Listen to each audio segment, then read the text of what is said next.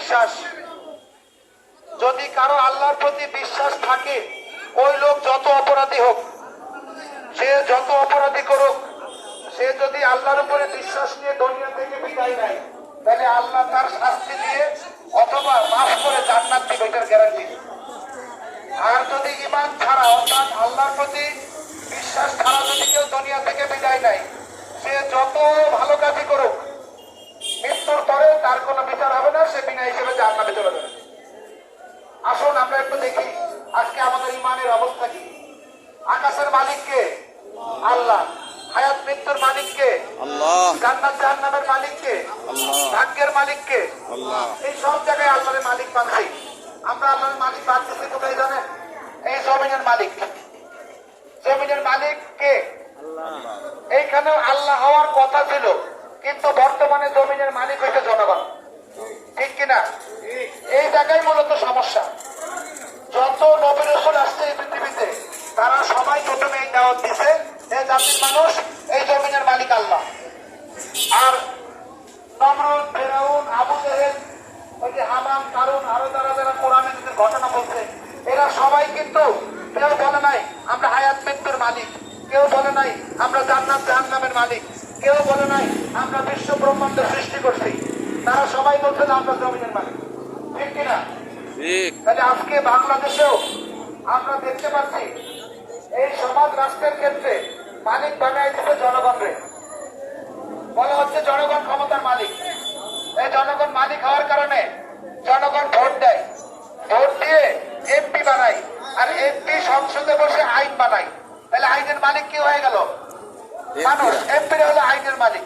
তাহলে জনগণ হলো ক্ষমতার মালিক, এমপি হলো আইনের মালিক, আর শাসন করে, এই আইনটাতে প্রয়োগ করে।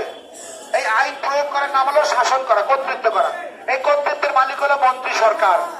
একটা খেয়াল করেন, ক্ষমতার মালিক বাংলাদেশের জনগণ মানে আপনারা, আর আইনের মালিক হলো মন্ত্রীরা, আর শাসন কর্তৃত্বের আইনের মালিক হলো এমপিরা, আর শাসন কর্তৃত্বের মালিক মন্ত্রীরা।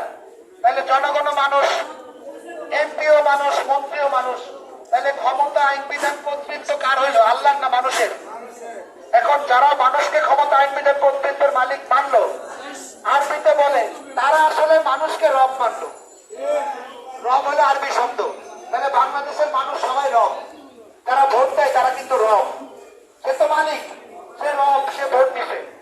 আর যে এমপি সংসদে বসে, সে হলো আইনের রব, সে আইন দেয়। আর মন্ত্রী সরকার, এরা হলো শাসন কর্তৃত্বের রব। তাহলে বাংলাদেশে কতগুলো রব আছে? মক্কায় রব ছিল 360টা, মক্কার কাবাঘরের ভিতরে। আর বাংলাদেশে 18 কোটি রব। এখন আমার কথা হলো যে আমাদের রবকে? আল্লাহ। নাকি আরো রব আছে? আল্লাহ আমাদের একমাত্র রব। আল্লাহ আমাদের রব বললে হবে না, আমাদের রব একমাত্র আল্লাহ।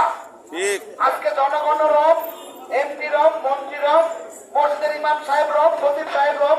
কেন বলতেছে জানেন? কারণ তারা কে কথাগুলো বলেছে?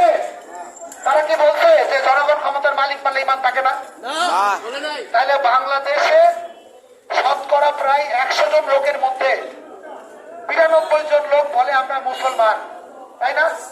আপনারা সবাই বলেন না মুসলমান, কিন্তু আপনারা কি আল কোরআন সংবিধান পালন করেন না গণতন্ত্র সংবিধান পালন করেন? গণতন্ত্র। তাহলে গণতন্ত্র সংবিধান পালন করার মানে বুঝছেন তো? তার মানে এই দেশ আসলে ইসলামী দেশ না, এই দেশ হলো গণতান্ত্রিক দেশ। আর এই গণতন্ত্র কোরআনে আছে? কোরআনে কিন্তু গণতন্ত্র কথাটা নাই। কোরআনে আছে ইসলাম ছাড়া যারা অন্য বিধান গ্রহণ করে এরা হলো মুশরিক।